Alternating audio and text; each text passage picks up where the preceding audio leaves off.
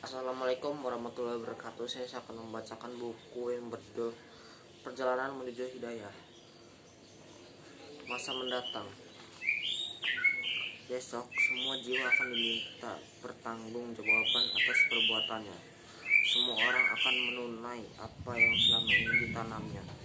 Kalau mereka berbuat baik, kebaikan itu akan kembali kepada mereka, dan kalau mereka berbuat jahat, kejahatan itu juga kembali kepada mereka. Rambut sudah beruban, umurku sudah lebih dari 50 tahun. Meskipun aku masih gemar membaca, tapi waktuku sudah demikian sempit. Milau dunia telah merebut kenikmatan membaca yang kumiliki. Itu anakku yang datang, dan itu lagi cucuku yang tidak pernah membosankan dilihat.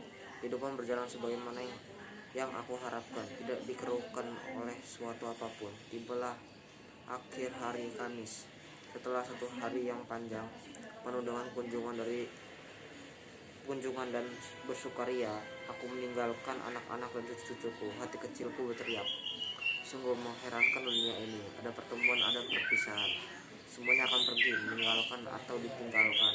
Jalan apa ini? Dengan cepat aku menengok ke kiri dan ke kanan. Oh, ada setumpuk buku-buku tipis dengan ukuran kecil pula yang lama mataku tertuju kepadanya. Tidak dilakukan lagi.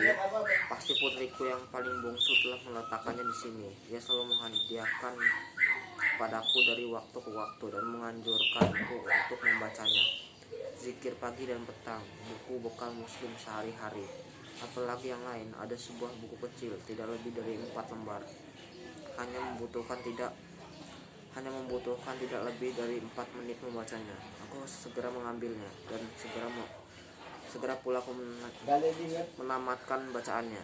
Tiba-tiba aku merasa pusing. Aku tidak dimandikan, tidak dikafani, tidak pula disolatkan, bahkan tidak boleh dikuburkan bersama kaum muslimin. Bagaimana sesudahnya? Aku sudah berusia 50 tahun. Begitukah hidupku akan berakhir? Tidak, ternyata masih ada lagi bacaan tersisa. Akan aku ulangi lagi membacanya, namun dengan rinci. Buku itu berjudul Hukum Bagi Orang Yang Meninggalkan Sholat. Ringkasnya, bahwa orang yang meninggalkan sholat adalah kafir. Aku bertanya kepada diriku sendiri, apakah aku kafir? Apakah setelah berusia sekian aku mendapatkan gelar tersebut? Hanya kebisuan yang panjang. Kenapa tidak kafir? Bukankah aku sudah meninggalkan sholat? Aku mendengar berbagai konsekuensi hukum bagi orang yang meninggalkan sholat. Pertama, tidak sah nikahnya. Bila ia menikah sementara ia tidak sholat, maka nikahnya adalah batal.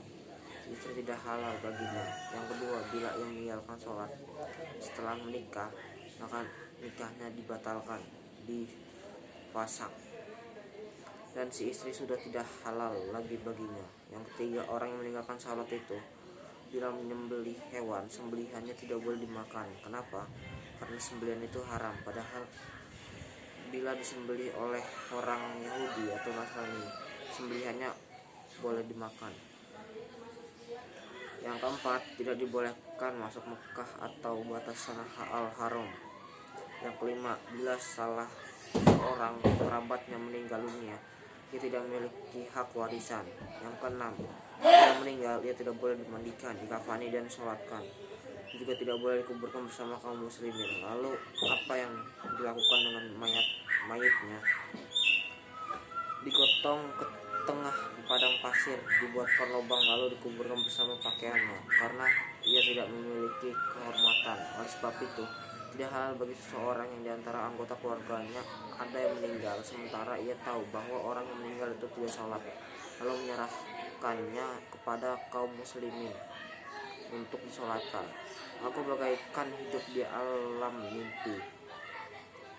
Aku meletakkan buku itu di sampingku. Aku mengangkat tanganku ke atas kepala dan menekannya dengan kuat. Jatuhlah satu helai uban. Aku memandanginya. Apakah setelah aku beruban aku tidak dimandikan dan tidak akan dikafani, bahkan juga tidak disolatkan? Inikah akhir dari segalanya? Inikah hasil dari yang kukumpulkan dari dunia ini? Allah, sebuah kata yang keluar dari lubuk hatiku dengan tekanan penuh. Inikah akhir dari segalanya? Dimanakah kita telah berbuat keteledoran? Diragukan lagi bahwa aku sungguh telah berbuat kelalaian, bahkan terlalu meremehkan. Tapi masalahnya 50 tahun Aku tidak pernah mendapatkan orang yang menasihati diriku seperti itu. Bagaimana ini? Tanggung jawab siapa ini? Aku mesti hari-hari buruk dengan air mata taubat. Aku janji kepada diriku sendiri untuk menjadi penasihat bagi setiap orang yang melakukan kesalahan. Aku pun berdiri untuk sholat. Aku akan disolatkan dan insya Allah akan dikuburkan bersama kaum muslimin. Cukup sekian yang saya bacakan. Apabila ada kesalahan membaca, mohon maafkan. Saya akhiri. Wassalamualaikum warahmatullahi wabarakatuh.